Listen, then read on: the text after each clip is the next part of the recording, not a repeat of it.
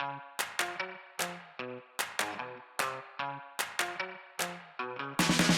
I'm Alvina Ling, And I'm Grace Lynn. and we're book friends. Forever! We're childhood friends, Who grew up to be a children's book editor. and an author and illustrator. Welcome to Book Friends Forever. This is the 7-year anniversary episode. Yay! Check out our website, bookfriendsforever.com, and our Instagram handle at bookfriendsforever_podcast. Alvina, how have you been? I've been really busy. I'm actually here in the office again. I think last week I was also in the office because I think you've had school visits, so we haven't been recording on Wednesdays when I'm at home. But I don't know. I feel like the last 2 weeks, the work has just ramped up. Just more meetings, not as many as last year, so that's good. But just more meetings, more work. I sent in an edit yesterday, so that was good. But of course, whenever I'm like working on an edit, I feel like my email piles up. So I'm like looking forward to a quiet Friday to catch up. I haven't had inbox zero yet this year, which is I know one of my New Year's resolutions.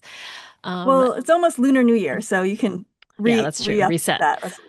And then this past weekend was the Super Bowl, which Stephen and I have been watching some of the playoffs mainly because he is a Buffalo Bills longtime fan, and they lost I think in I don't know, like 2 games away from the Super Bowl, but we still watched. And so we had some friends over. We had like a I put Super Bowl party.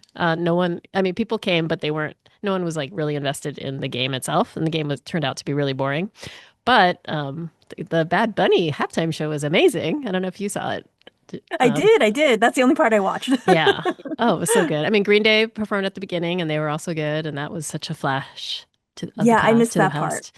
Sorry, Yeah, Green Day. they were performed before 6, so no one had arrived yet. So, Yeah. but I was glad to have seen that because I love Green Day. They're one of my favorite bands.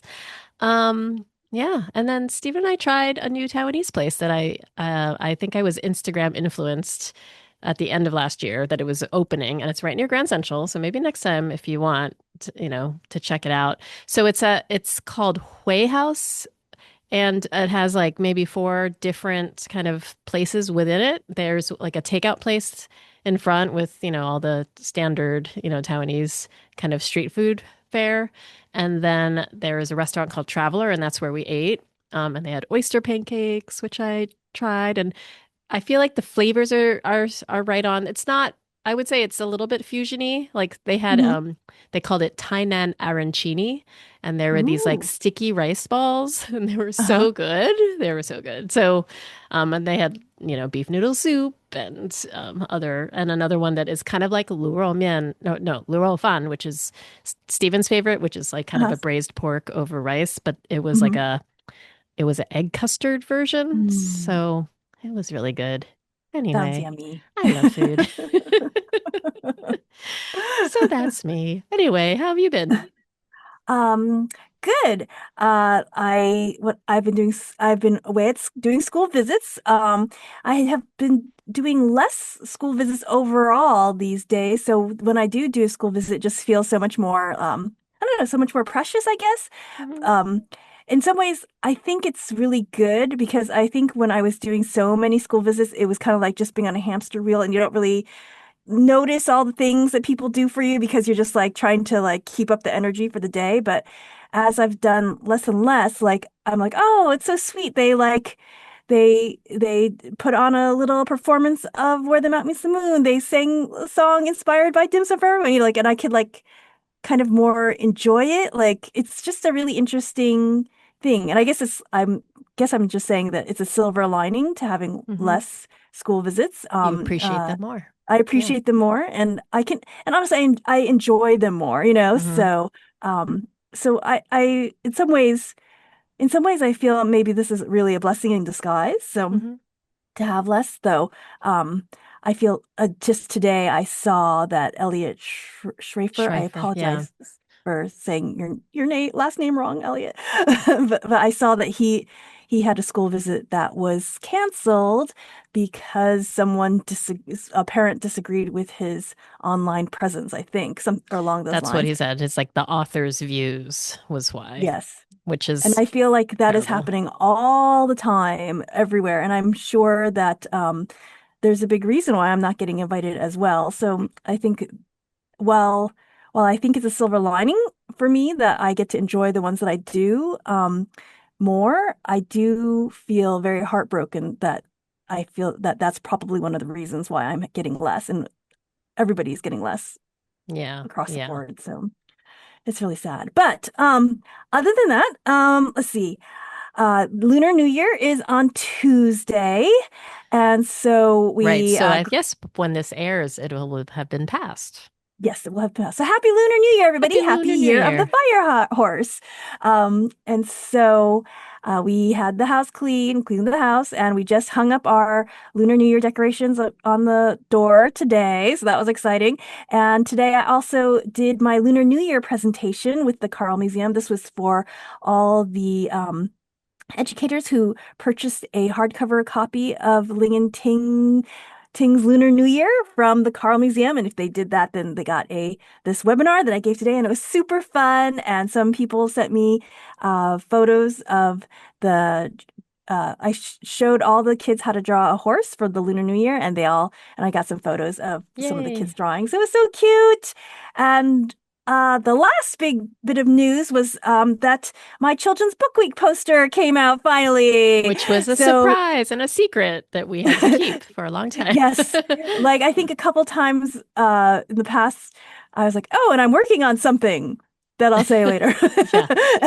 And the thing I was working on was the Children's Book Week poster. This poster took me a really, really long time to paint and create, but it It's was really, so really a beautiful. labor of love. Like Yeah. I wanted to spend that much time. I don't want to make it seem like, oh, it was so hard.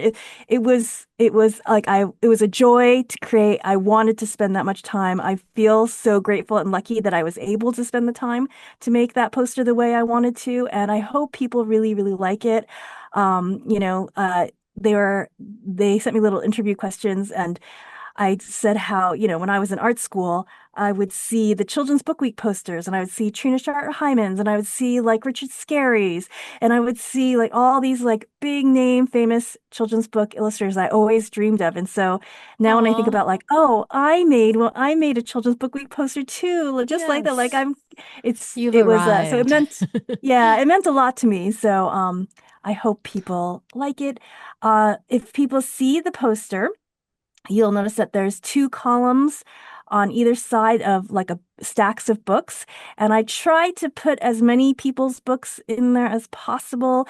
I know a lot of people are like, how'd you choose the books? And I was like, honestly, it was just whatever I had and whatever friends could send me photos of their spines and whatever looked good. I mean, there are so many like dark blue spines. I was like, I Oh, don't need another dark blue interesting. spine. Like, I don't need another black spine. I was sending out emails I sent an email to you like, Yep. do you have any books with a pink spine? I need like a bright pink spine. And like, so it was a lot. It was a lot based on color and just happenstance. So I don't want people to feel like if your book was not in there, it was because I didn't like it or anything like that, or Yeah. because it wasn't worthy or something.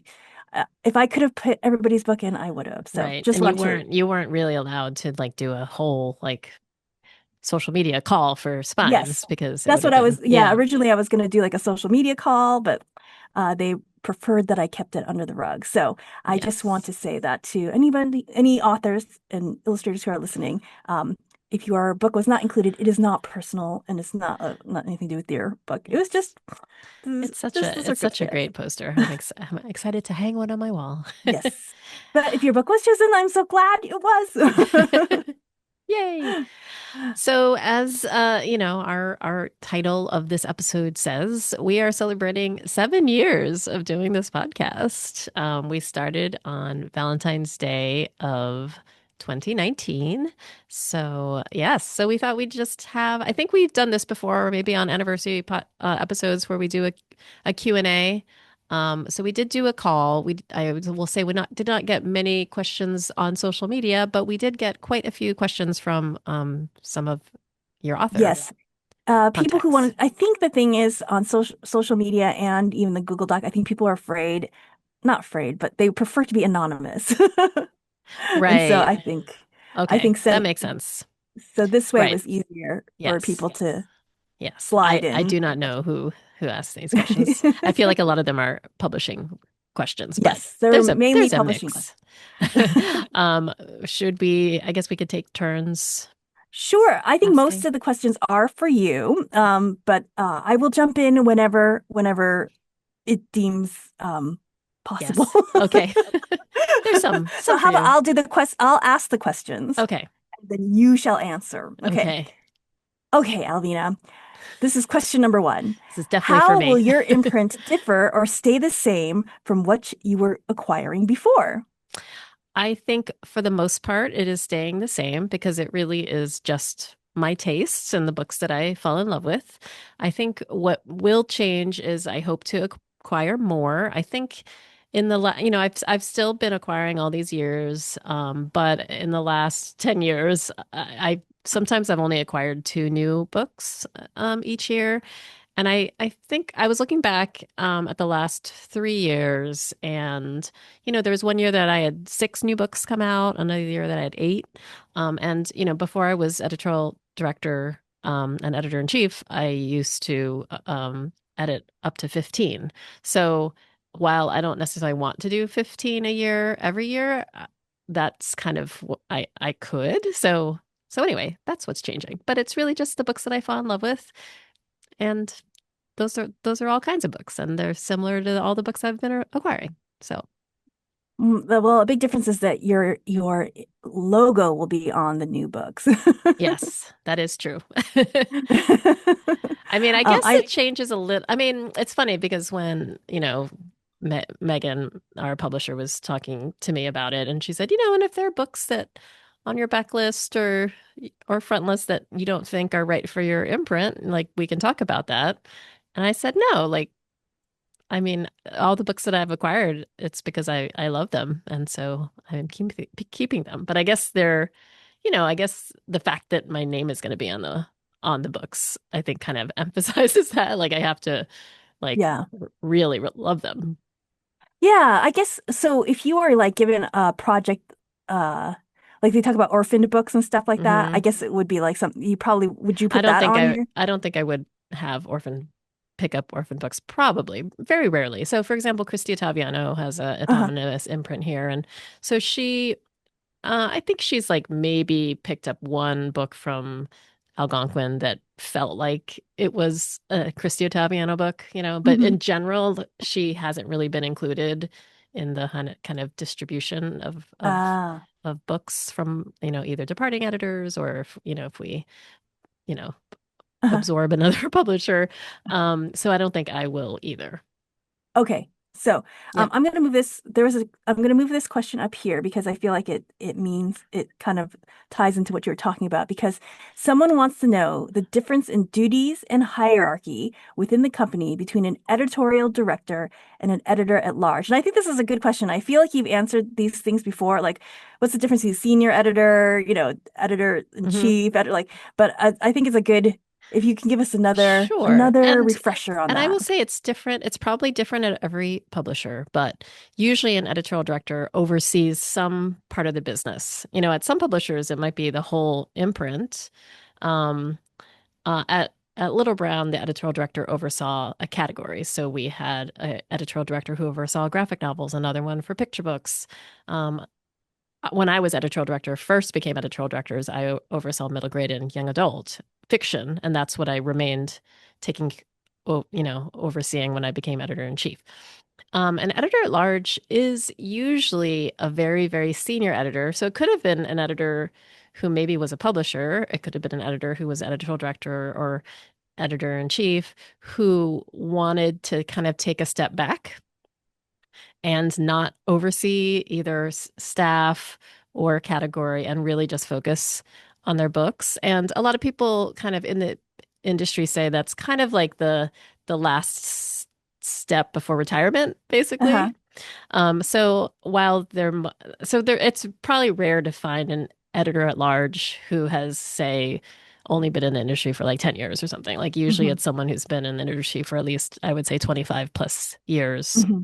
Um, and at Little Brown, our one editor at large is Susan Rich, and Hmm. she is technically not on staff. She's an independent contractor, which means Hmm. that she can work for other publishers potentially.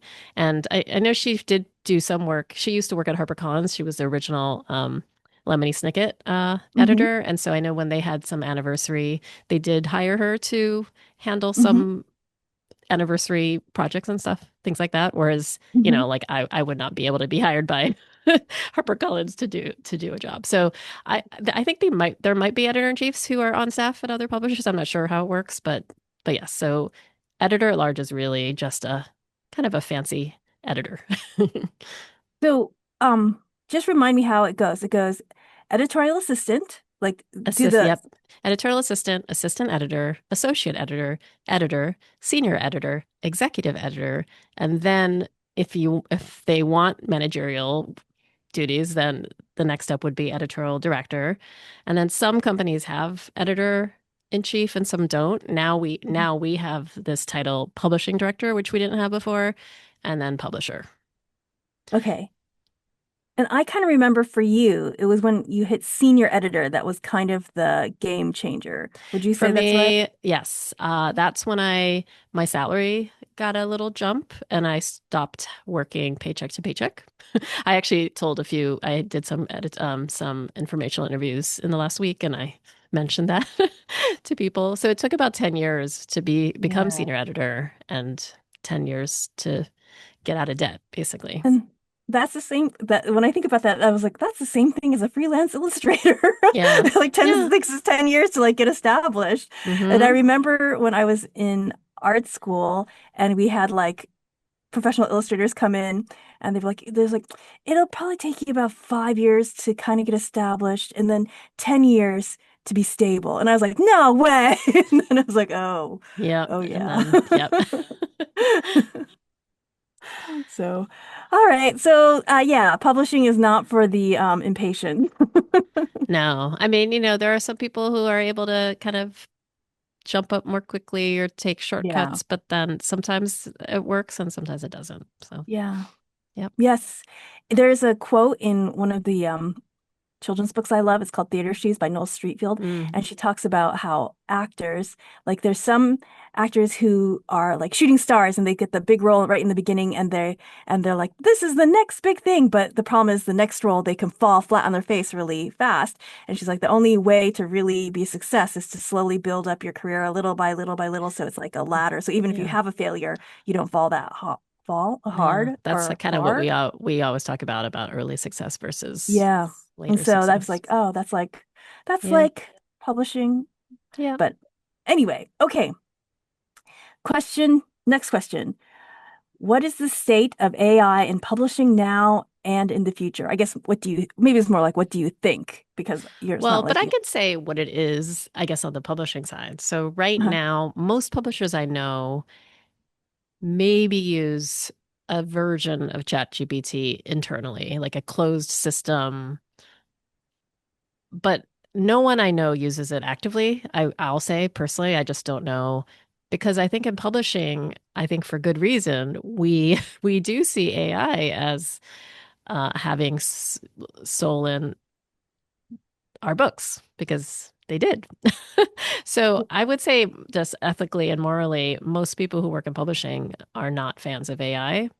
Um, I do think in other industries, AI is being used a lot. And so, I do think publishers are like, well, if this is the future, like we shouldn't fall behind. So we should maybe look at how it can be of use. But no publisher I know has integrated AI into the workplace in any significant way. And then on the other side, there is you know, I guess the creative side. I don't know. Do you want to talk about that piece?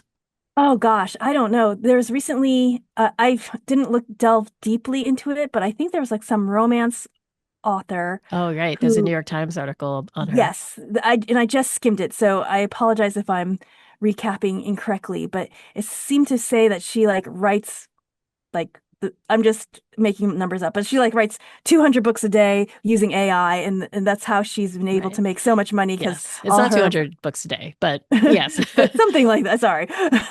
But something she makes a huge amount of books in quantity, and that's how she's able to make so much money because she has so many books out, and she's like, ha ha ha, you suckers. Why don't you write your books by AI and Oh my join gosh. me? Um, I That is not what she said. I No, was that's just not what you reading said. I stealing. didn't. So what's interesting is it was a romance writer who didn't want to reveal her name because she Hmm. knows that there's a bias against Yeah. AI work. And so she yes, I don't know how many books, but she I think there was a quote that said like, if I can create in a day or a week something that takes you 6 months to create, then who's better, Yeah. and I Yeah. think she does make six figures from Yes. quantity, and I think she has a lot of different bylines. Hmm. Um, and she doesn't like, I don't know, this is weird to say, but she like does put in work in that she, feeds different prompts and multiple different prompts and like, so it's not like I think there are some authors who are just write this book and like spitting it up and just putting online. So I think she is paying some attention to the quality. I put that in quotes, but yes, it's unfortunate. So I do think that's kind of the main fear. And I guess I should say like most publishers with AI, like we see it as an operational help potentially in the future, but not a creative help. Like we don't want to publish books written by AI. We don't want to Yeah, because use the copyright like right. is Yeah. We don't want void. to edit books using AI. Like so I think at least for now, we feel pretty strongly about that. Um, I think it's, speaking of the Super Bowl, a lot of Super Bowl ads about AI. And I was listening Hmm. to a podcast that said, in 2000, there were so many Super Bowl ads on .coms. So like Yeah. pets.com. And Yes. then there was a crash of all Yeah. of those sites. And then he said in 2022, it was all crypto. That's And then there right. was a crash of crypto. And so he Yeah. was predicting like there is going to be a crash on AI Yeah. I kind of hope in the so. I next mean, couple of years. So, maybe it won't. Everyone's like, oh, AI, you can't stop it. And, yeah. but I don't know. I just feel like it's not a done deal. And Yeah. maybe it's not going to be as dire as some people think. Yeah. We'll see. Let's hope. Let's hope. Let's hope. We have to have some hope here. Yes. Okay. Speaking of having hope. Um, what's the state of middle grade? How to change it? And what should we do? Obviously, this is somebody who believes that the state of middle grade is not very good, which is basically what everybody Right. has agreed on these days. I mean, obviously, I think the state of middle grade is still not great. I do think that there have been recent bright spots. I guess I'd point to Impossible Creatures, by, oh, Catherine Rundell, Hmm. which has been a huge, huge bestseller And the for Wild Robot. over a year. Well, I'm talking about new books because I think Oh, that, okay. or Sorry. brand new books, because I feel Uh-huh. like that's where I think middle grade backlist has been healthy.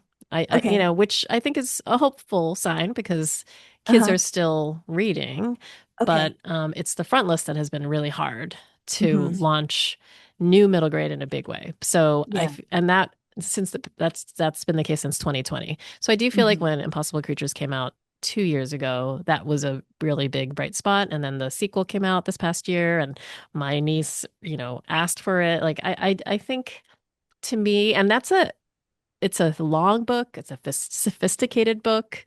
It's not what everyone's saying is working in middle grade, which is under 200 pages and lots of Hmm. illustrations and, like Hmm. short chapters like that. That is kind of a book that, like feels very classic that we would have Hmm. fallen in love with when we were kids. So Yeah. I think that's a bright spot. But I think, they did do sprayed edges. Uh-huh. There are illustrations in it. They did a huge marketing campaign. So it's hard to know what really made that. I mean, I think because the book is really good is part of it. So I think, okay, so we had our all employee meeting yesterday, and our CEO was talking about like three things that we need to do to protect our future. Hmm. And the first one was to address the decline in reading for pleasure. And I think Hmm. that's really affecting middle grade. Yeah. And I've talked about the Raising Readers initiative before, but this year we're really ramping it up. And Hachette is donating $200,000 to help get books into underserved like schools and Oh, how great. communities. And, Reese Witherspoon is our spokesperson. And we're Hmm. putting letters in the back of all of our adult books to just kind of emphasize to parents and gatekeepers how important it is to read to your kids and share books with Hmm. your kids. We're starting a campaign. I mean, it's almost like a PSA, like we're starting a Yeah. campaign to just say 10 minutes a day. I think that's kind of the motto Hmm. is like just read with your kids for 10 minutes a day and model Hmm. that with your kids too. Like Yes. you should be reading 10 minutes a day. Hmm. So we'll see. I mean, of course, we're really, as publishers, who need to make a profit, of course, this is serious stuff. So I do think that's what we can do. We can all do is just Hmm. really spread the love of reading in any way that we Yes. can. Yes. So everybody should do the Children's Book Week program. Yes. Get that poster up everywhere. Yep. So, let's see. Here's another question. I'd love to know from the editorial side how editors handle the ups and downs of the market. We talk about it so much from the author side, but what does it look like in terms of acquisition and organizing their lists, etc.?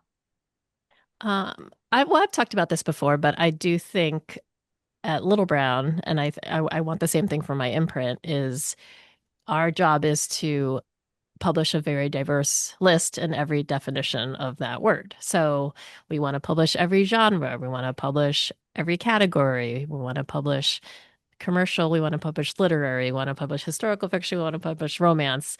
Um, and, for me, especially like, well, Little Brown as well, we want to publish diverse books. So, and I think that is what protects us from the ups and downs because if picture books are doing well, then we publish more picture books and then we publish fewer middle grade and YA. And then when YA starts doing well, we publish more YA and fewer picture books in middle grade. So we're constantly like balancing. It's like your portfolio, your stock portfolio Mhm. too. So that's how we handle, I think, the ups and downs in the market. And but we always want to be publishing all of the categories, but we also might be like, okay, if romantasy is trending, we might put more marketing money behind the romantasy and Mhm. less on the other categories. So it's a constant shifting of priorities. Okay, how do editors feel if you've got a long-term relationship with them, but they don't like a manuscript of yours and you want to take it out to other publishers? I think we understand, especially if we have passed on something, we understand that you might want to sell that elsewhere. I think that it, I think sometimes it depends on the situation. So sometimes it might be, let's say we've published like two books together and the two books have been really successful. And so we're like, okay, what should the third book be? And, so the author sends in the third book, and we really don't think it's the right third book. We might really advise you, like, okay, I totally understand if this is the book you want to write, but we don't think this is the next best book for you. And we would love to work with you to find what the next best book should be. Um, and I think in that case, we would hope that the author might put that book aside and try to come up with a new book. But again, we totally understand if they're like, nope, this is the book I want to write. And if you are not the ones to publish it, I want to try to sell it elsewhere. And we get it. I Okay, think but generally I hope that we want to still publish other books that you might want to write, though.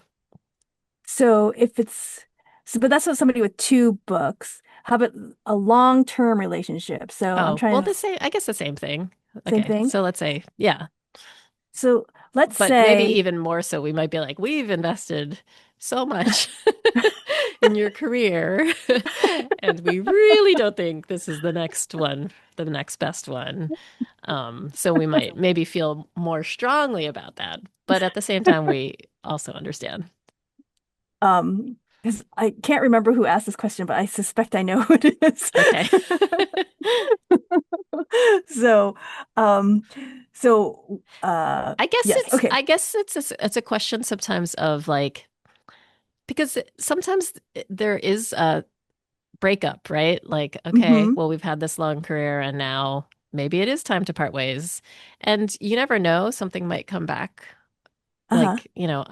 So I always, because I've had some authors that I've worked with for, I don't know, maybe not like 10 books, but, five or more books.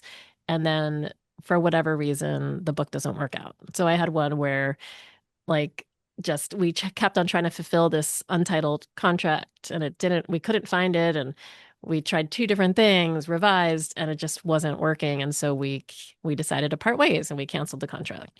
But very on good terms. It was kind of like Uh-huh. mutual decision, but and they ended up selling this book elsewhere, but as an adult book. And Oh, then, many, many years later, this person came back around and I ended up buying new books by this person yay. that So it's got a haven't been happy announced ending. yet. So I always feel like you never know. We have long careers. I don't want to burn any bridges. Yeah. Generally, I mean, not generally, I like everyone I work with. And I love their writing too. So Hmm. if that one individual book isn't the right book, then that's just that's the fact. And but I do hope that future books could Yeah. could work Though out. I do think you are a little unusual because I feel like um just because I hear gossip from other people. Yeah.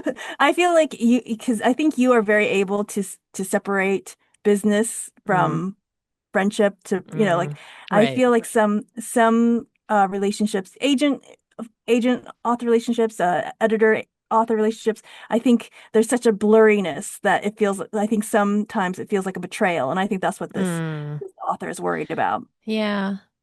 I mean, I think it's just like with any relationship, just has to be communication.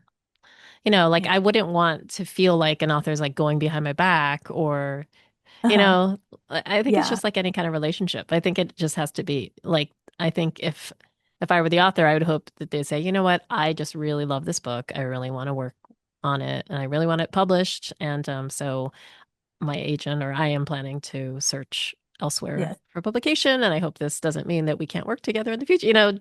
I think just Uh, do it that way. you're not cheating. We're just taking a break. Yeah, exactly. We're on a break. We have well, I always joke. I actually also always joke that we're in an open relationship. It's like, yes, we might have an option or but it Uh-huh. is an open relationship. And I have many I have many authors and many books that I work on. And a lot of the authors I work with have multiple publishers too. So it's like Yeah. we're in a mutually agreed upon Open. open Yes. We're relationship. all polyamorous. Yes. Exactly. All right. Okay. Here's another one. We've seen instances where publishers are acquiring books in one imprint from people who are actively trying to ban books that are published by another imprint. How do publishers navigate that? Are there internal discussions around that, or is this not discussed? Oh, this is really interesting. I never thought about this. Okay. So Hachette Book Group has many, we would call them divisions and then imprints within the divisions. And we do have some conservative imprints, including under Faith Words, which is the more conservative. I think it's called Center Street is our more conservative, maybe religious um, imprint. And then we have another conservative imprint that I think launched last year under the Basic Books imprint, which is more again, it's conservative, but it's more academic, I guess. And there's a lot of consternation, I think, amongst most publishing people, because I would say most publishing people are a little more left leaning. Um, but the truth is, we also know it's a business. So Hachette Book Group, our mission is to make it easy for everyone to discover new worlds of ideas, learning, entertainment, and opportunity. And, I think that means everyone. So I think our goal is to publish books for everyone, including people who maybe have more close, I shouldn't say close-minded, but more conservative. And, maybe they feel passionately that some books should not be in the hands of certain people. I don't know. Like, again, I don't agree with it, but I guess I would just hope that the market would address the issues. I mean, I don't know. But no, I guess we don't. I mean, we have no control over what other imprints publish. So I guess I will say that. I mean, I assume like up on the executive level with where all the publishers meet. I don't know if that's discussed at all, but I'm definitely not privy to any discussions of that. But that's kind of how I've Uh-huh. accepted that in Mhm. my own head. It's like I feel like I can control what I want to acquire and I can have some control over, Little Brown, but I can't have no control over other divisions. Yes, it's kind of like you're a state under the federal government. Yes. And, like we have had people like kind of protest internally certain Mhm. books. And, that is certainly something that's done if we find something is particularly abhorrent. But in general, I do feel like the books we publish, even if it's like they just announced, I think we're publishing like Mike Pence's memoir or something. It's like, Mhm. I would hope that at least it's like fact checked and edited Yeah. carefully, at least. Yeah. Okay. Do so this is kind of similar. Um, do publishers ever audit themselves to gut check from a DEI standpoint where their money is being spent both with advances and with marketing dollars? So not really the same, but Yeah, there was a lot of talk about this in 2020 with the George Floyd protests. Or I would say after George Floyd's murder, the protests, and outcry of, increased diversity. And I, so I know marketing and publicity did look at this. I don't, it's really, really hard to really look at like, it's not apples to apples is the problem, but it's definitely something that we keep in mind. And so I guess I would say yes and no. I mean, I think yes, like it's more like and it's more on editorial side too. It's like if we see gaps, for example, like 5 years ago, w- this is when fantasy was really uptrending. We realized, oh, like our YA social media, the novel, most of the books that they were touting were by white women because the white women were writing these fantasy novels that were, doing really well. mhm, And we realized we had the gap of, even though we had a very diverse list, we actually didn't have any BIPOC fantasy books. Like I feel like our authors of color were writing contemporary at the time or other categories. So we just started actively acquiring diverse fantasies, and now we have lots of diverse fantasies that are being, shouted about on Novel. So it is things like these that we notice, and then we try to make changes. nice. Okay. Um, My question is, how do you decide to say no to opportunities, especially if they are all things you'd like to do? Or asked another way, how do you approach prioritizing writing and writing adjacent activities, including school visits, book events, social media, other promotion, etc., in a way that keeps you from burning out? This is Oh, actually a question for you. I yeah, should I have think that asked was it. like, I guess this is more of a question for me. Um, Gosh, how do we decide to say no to opportunities? Well, it's strange because I think it was easier for me to say no when things were really, really busy.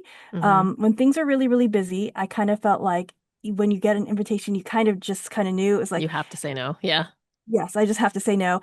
There's a I can't remember who it is, but I was they said when somebody asks you to do something, you immediately know if it's a hell yes, then you say yes, and if it's a if it's like, ah, I gotta think about it, then it's a no. You know, like, and that's when things are really busy. But when things are not busy, that's when it actually gets much more difficult. Hmm. And that's when I start thinking like, well, why not? They seem nice.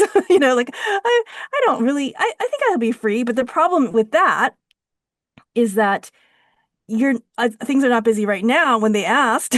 And Right. then like and then 3 months later I'm like you're busy like why did I do that to myself? I mean, I But don't know if this is helpful in that scenario, but the Smart List podcast that I listened to, they uh-huh. shared this anecdote of like, if you wouldn't do it tomorrow, then don't say yes.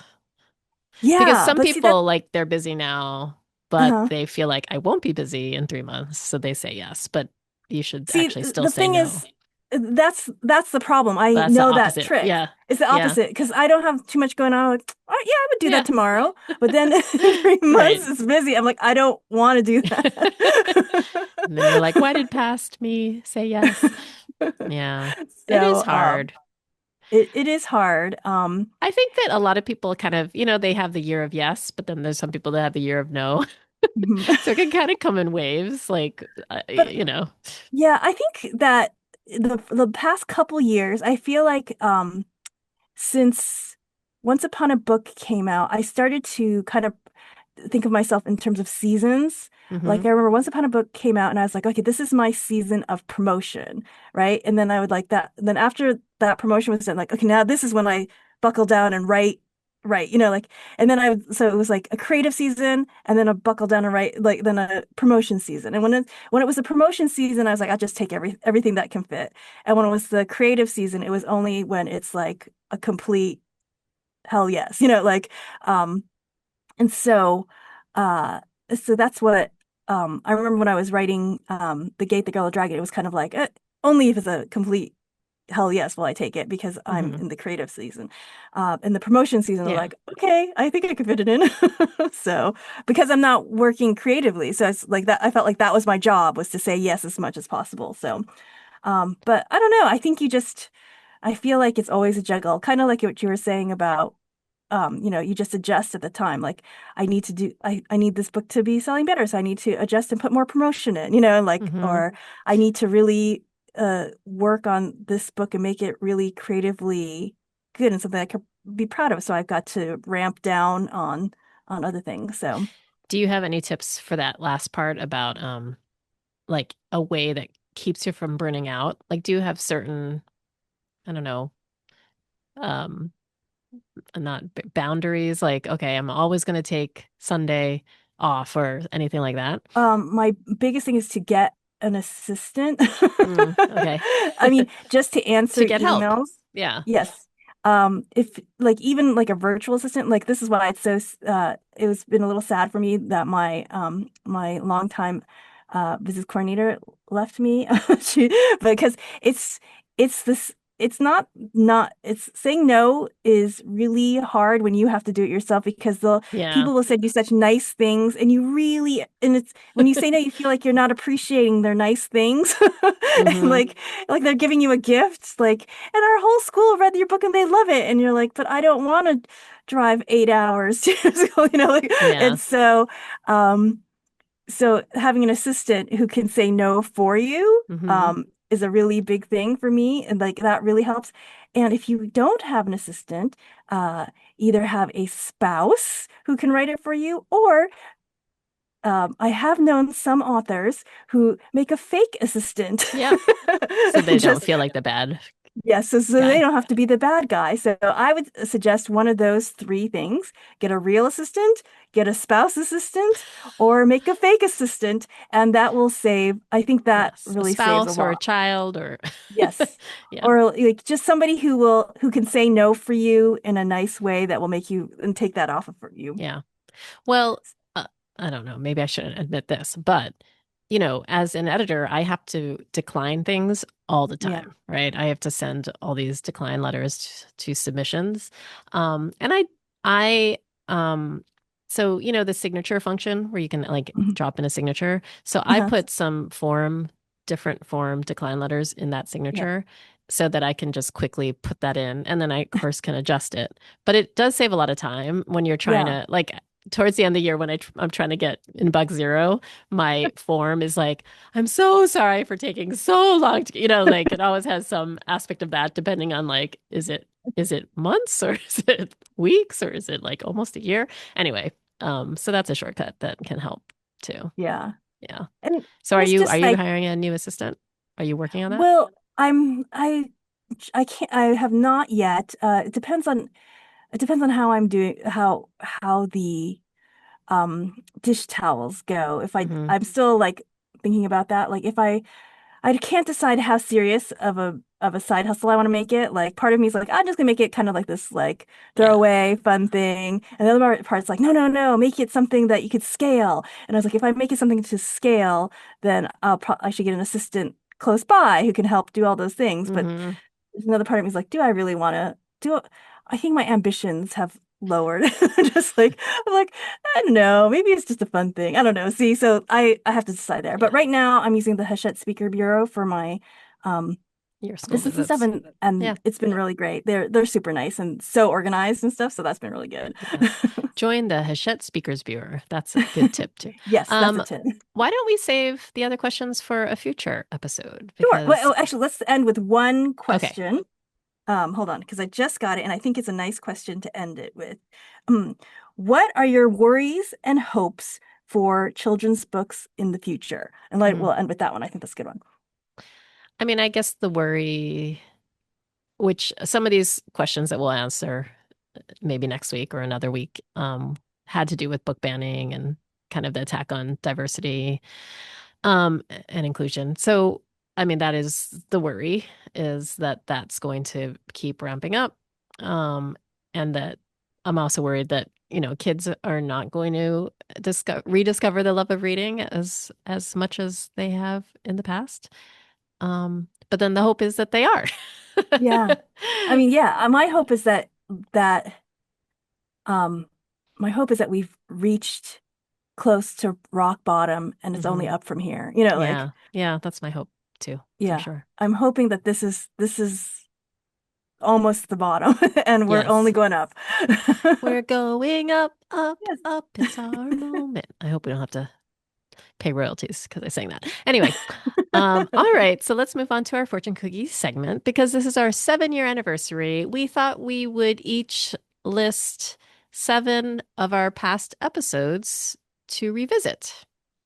Yes. Why don't we just take turns, I guess? Sure. And Okay. since mine is the first one, I'll say the very first episode, which I think is maybe not available anymore, but we had reposted it as episode 237, which was on our 5-year anniversary. So the episode is called How It All Began. And I think it's because it's how we all began and we shared the story of how we met. And so that is one to revisit.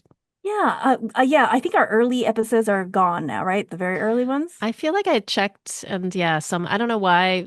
I don't like the know. first 100 or something like Yeah. that. Or Maybe we shifted servers or I have no yeah, idea. they're probably somewhere. Alas. Yeah. All right. Um, okay. Another.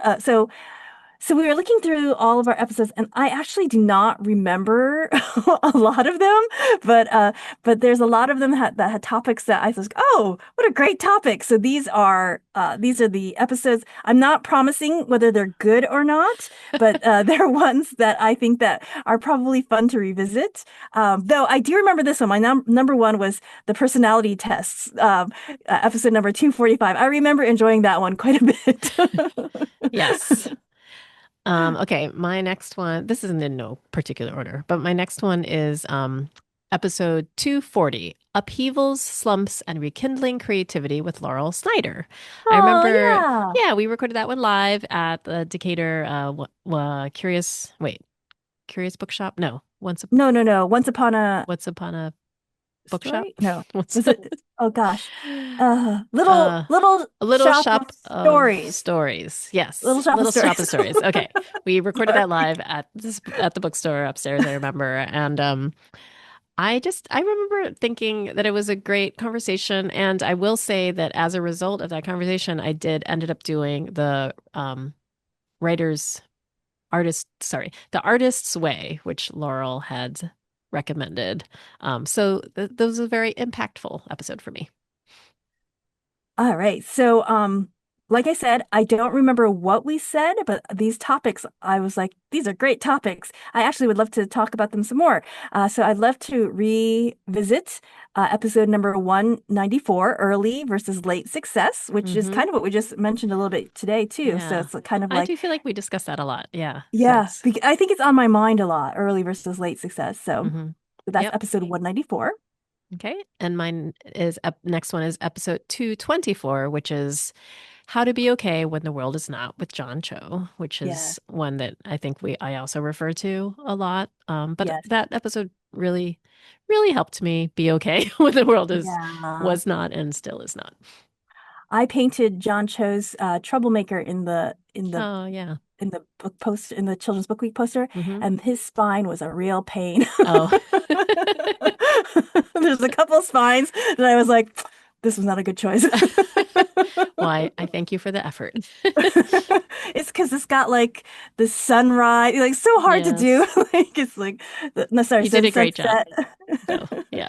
Anyway, okay. My third episode I suggest is episode number 174, ask versus guest culture. Another thing that I think about quite often, the ask versus guest culture when Yeah. I love you that make people, discussion. yeah, when you make people, do you just out and out say it, like which is the ask culture, or do you like hint and hint and hint and hope people will see what you're saying, which is the guest culture and how it really is two different cultures. And yeah, so I'd love to revisit that one too. So episode 174. Yes. All right. Oh, it's close to yours is 177, How We Prepare for Speeches. And I do not remember that one at all. this was around the Charlotte Zolotal lecture. Oh, okay. Uh-huh. And I remember we recorded kind of like first our process on how we wrote that speech, but also in general how we prepare our speeches. And Mhm. I don't know. I thought it was I thought it was a good episode. Um, I put in episode 270, Cynicism versus Skepticism. That was Mm, another thing that I remember reading that book where we talked about cynicism versus skepticism, and it's still intriguing to me. So I'd like to revisit that episode too. yep. I guess my next one is a cheat because it's two episodes, but it's episodes 79 and 80, which was a two-part episode on body positivity and health at every Mm, size with Phoebe Wall. And I just that again, I guess personally, like that really was important discussion, I think, for me, for us. And yeah, I learned a lot and I thought it was great. yes, I remember that very much too. I Hmm. also put her book in, Little Witch Hazel. That was a lot easier to paint. Okay. This- Her spine. Yep. It's funny how now I just think of authors and their spines. That sounds funny. It's like their actual physical spine. That's true. Their book spine, sorry. Yes. Okay, um the next episode I put down as when I want to revisit is episode 228, Envy and FOMO, the fear of missing out. So Yes. Those are perennial topics. yes. Yes.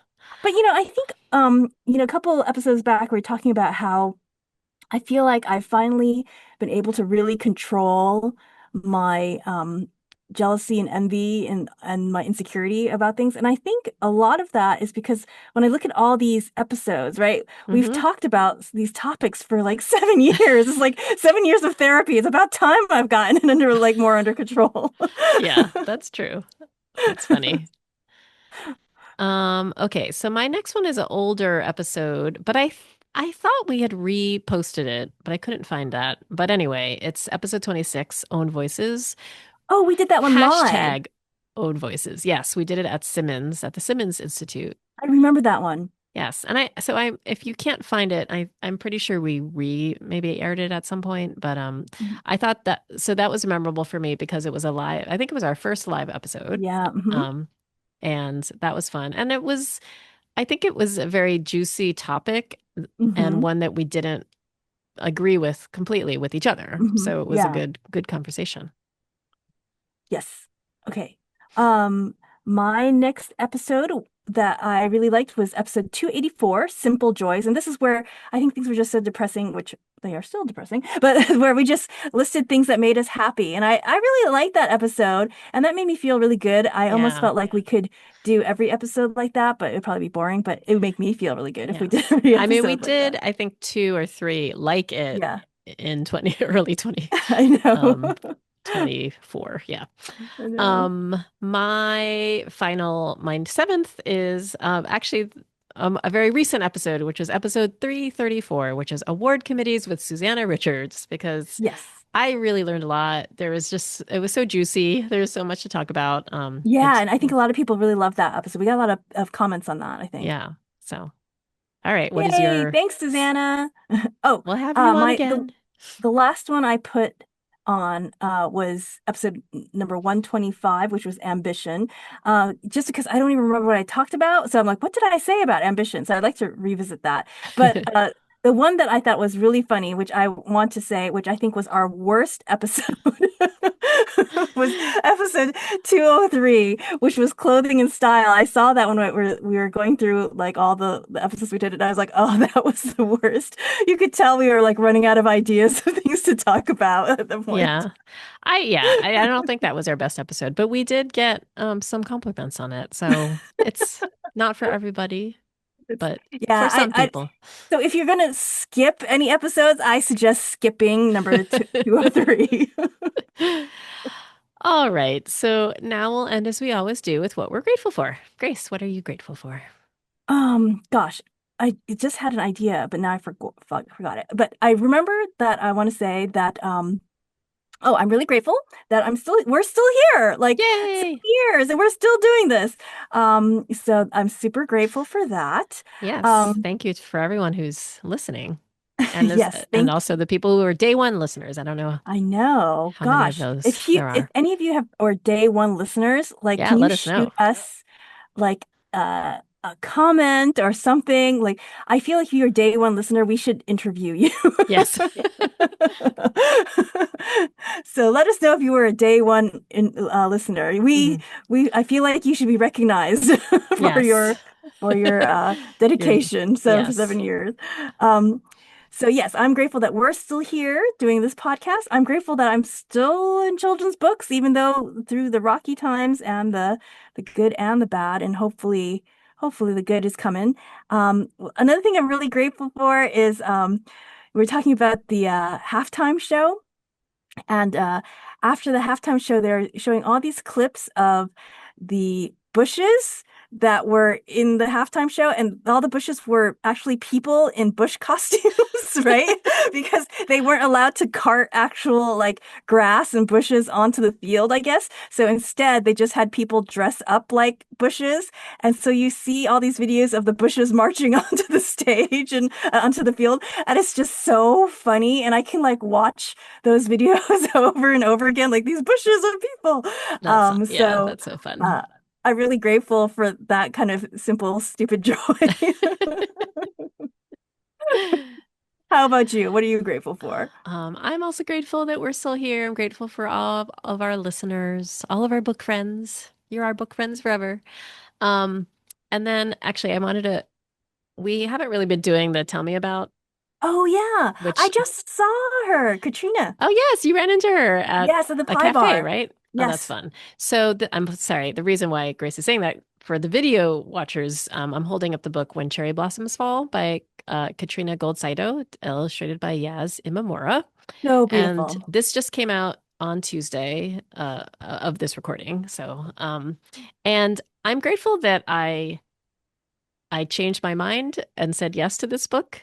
I was remembering it when I was writing the Happy Book Birthday Instagram post. And, I'd worked with Katrina on her first book, The Sound of Silence, and which, I love that book, that illustrated by Julia Kuo. And she sent me the concept for this, which originally was called Mono no Oware, which is the Japanese term for kind of finding beauty in impermanence. And I love the topic, but the main character's great grandmother dies, and I kind of felt like, oh, it's another book about grief, and how many books about grief can we have? And so I'd ask Katrina if she would take that part out, and we basically were at odds with that like crucial Mhm. editorial change, and then ultimately I ended up declining it. So I guess this was an example of us parting ways, or so I thought. But I made it clear, Mhm. like I would love to work with you on other things. And then I don't know how long, I'd have to look back at my emails, but I think maybe it was a year later, the agent brought it back and said, she's done some work on it. It still has the grief aspect, but would you take another look at it? Because I just really believe in this book. And Mhm.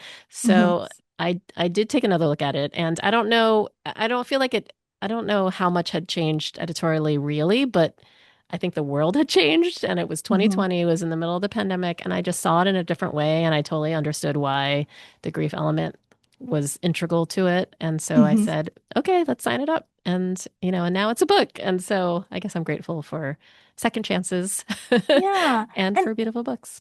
in some ways that ties into what we were talking about with Susanna. Like sometimes a book, it's the time. Like Hmm. sometimes it's a book can be distinguished, but there's something about the time that you read it that can either make it more distinguished or less distinguished, or like it just makes Yeah. it click. It just makes Yeah. it click to win an award. Just makes it Yeah. click with the reader. Like Yeah. Yeah. um and So, so it's fascinating that way. But it's a really beautiful book. yeah. Um Thank you. so It I'm is glad you beautiful. published it. Me too. All We right. should probably do, listeners, if you have a chance, tell us if you like the tell me about Well, section. we are gonna do a survey. Oh, we are going to do it. Okay, never mind. Yes, and I'm gonna put that in the survey. Yes. So keep an eye I out kind of because like the tell me about section, but we should yeah, just see what people our say. goal was to have the survey out before Lunar New Year. So I have a We one got till week. Tuesday. Yes, we'll do it. All right. And that was the 7-year anniversary episode. Thank you for listening. And thanks to Alex at Pacey Work Studio for editing this podcast. Please rate and review us on Apple Podcasts and tell a friend about it. And tag us on social media using the hashtag BookFriendsForever, or send us a message via Instagram at BookFriendsForever_podcast, or our website, BookFriendsForever.com. And please join our Patreon.